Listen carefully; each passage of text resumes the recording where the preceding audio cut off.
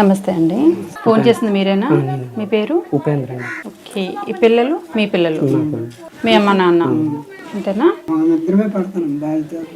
అబ్బాయి మీ అబ్బాయినా? ఎందుకు మీరు నాకు ఫోన్ చేశారు? యాక్సిడెంట్ అయ్యి 4 సంవత్సరాలు అవుతుందండి. మీకు యాక్సిడెంట్ అయింది? ఎలా యాక్సిడెంట్ అయింది? అంటే మా అత్తారు ఊరిలోనే ఉడుపులు అయిపోయిన తర్వాత వారాలు అవుతాయని చెప్తే వెళ్ళామన్నమాట. అక్కడ గొడవ ఆడితే నేను ఇక్కడ ఉన్నానని చెప్పేసి ఆటో తీసుకుని వచ్చేసాను. నాకు ఓన్గా ఆటో ఉండేది. వచ్చేస్తుండగా జరిగింది. అది ఎలా జరిగింది అనేది తెలియదు. యాక్సిడెంట్ మందు తాగారా? కొంచెం ఏదైనా కొంచెం మందు తాగిన కూడా మీ ఆవిడతో గొడవ పడ్డారా? అంత వాళ్ళ అమ్మాయిలు అందరు కలిపి అన్నమాట. ఎందుకు గొడవ వచ్చింది? అంటే అంతకుముందు 1 మంత్ ముందు మా చెల్లికి పెళ్ళి అయ్యే ముందు ఆమెకి పొట్టలో నొప్పి వచ్చేది అనమాట. ఎప్పటికప్పుడు చెకింగ్ చేయించేవాడిని, అన్నీ చేయించేవాడిని. అయితే పెద్ద ఆపరేషన్ పడుతుంది అన్నారు.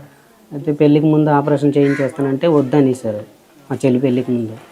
అయితే పెళ్ళి అయిన తర్వాత చేయిస్తానంటే కరెక్ట్గా ఆ రోజుకి నాకు యాక్సిడెంట్ అయిన రోజుకి చెల్లికి పెళ్ళి 1 రోజులు అయిందనమాట.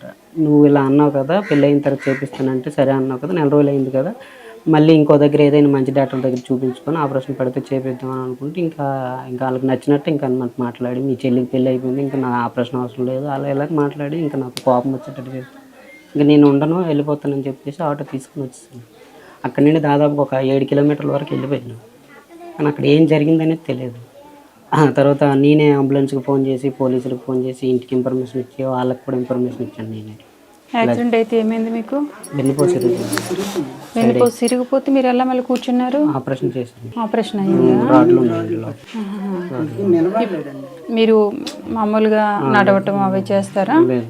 ఓన్లీ కూర్చోటం వరకే? అంటే ఈ స్టాండ్తో ఇంట్లో అలా నడుస్తూ ఉంటారు. ఈ కాల్ చిన్న సపోర్ట్, ఇది పూర్తిగా 0 డెడ్ అండి.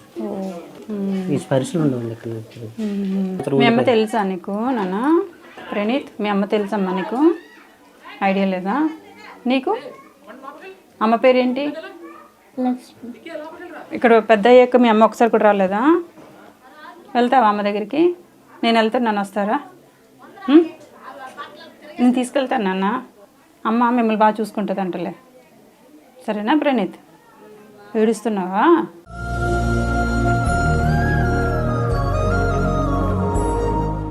ఇట్రా ఒకసారి ఇట్రా. పోను వద్దులే కానీ ఇట్రా. ఎందుకు ఏడుస్తున్నావు? నేనేమన్నా అన్నానా? నీ వయసు ఎంత? ఏం చదువుతున్నావు? 7th నీకు ఇంత ఎమోషనల్గా ఎందుకు, ఎంత ఇదయ్యావు నువ్వు? ఎందుకు అమ్మ పేరు చెప్పగానే బాధ అనిపించిందా?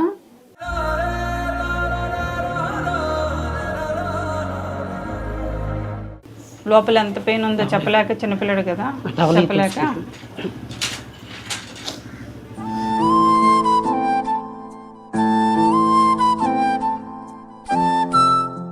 ఎందుకు నన్ను వండనంటున్నావు? ఏంటి విషయం? ఎందుకు వండనంటున్నాడండి?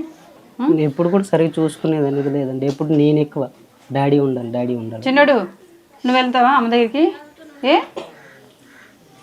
ఆటో వచ్చింది.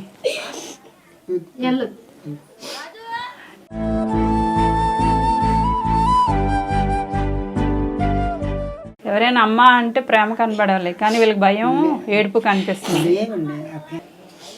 అమ్మ అంటూ మీ దగ్గర మీ చుట్టూ తిరుగుతూ ఆడుకోవాల్సిన వయసులో పిల్లలు మీ పేరు చెప్తేనే భయపడిపోయి ఏడుస్తున్నారు. అసలు తల్లిగా అది చాలా అవమానం, ఆడదానికి ఇంకా అవమానం.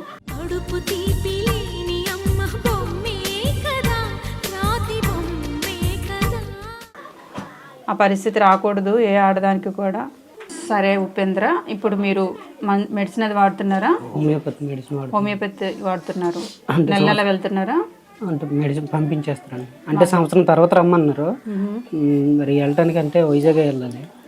ఆటో కట్టించుకొని వెళ్ళడానికి డబ్బులు ఇబ్బంది అని చెప్పేసి వెళ్ళట్లేదు. అంత దూరం కూడా కదా, ఆయన 3 గంటల ప్రయాణం ఇక్కడ నుంచి వైజాగ్ అంటే వెళ్ళి వచ్చేసరికి నాకు నడుమంతా ఇంకా లాగేసి పిచ్చిలు వేసిపోతుంది.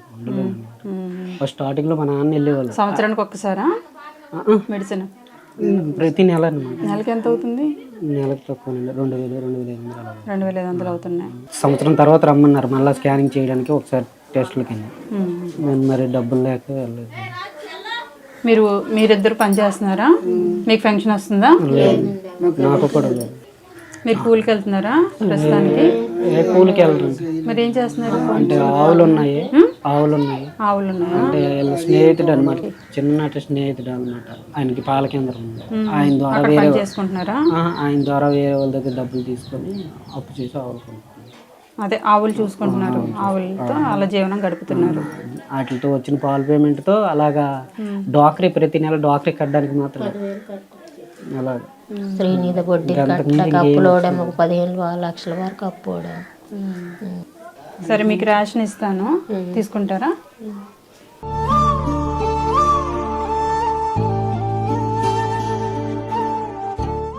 ఇందులో కిరాణా సామాన్లు అన్నీ ఉంటాయి,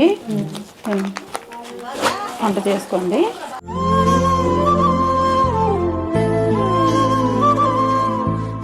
ఇంకమ్మ బట్టలు మీకు లుంగి అండి, టవల్ అన్ని బట్టలు తీసుకోండి. ఓకే ఉపేంద్ర, ఇక అది ఏ రోజుకి ఏ టైంకి మనం ఎలా ఉంటాం అనేది ఎవరి చేతిలోని కూడా ఉండదు, అది భగవంతుడు నిర్ణయం. ఒక్కొక్కసారి మన కోపావేశాలు కూడా మన తలరాత్రిని క్షణంలో మార్చేస్తాయి. సో ఇంకా అది మన తలరాత అనుకోవడమే. సరేనండి, నేను మీకైతే మీకు మందుల ఖర్చులకి 15,000 ఇస్తున్నాను.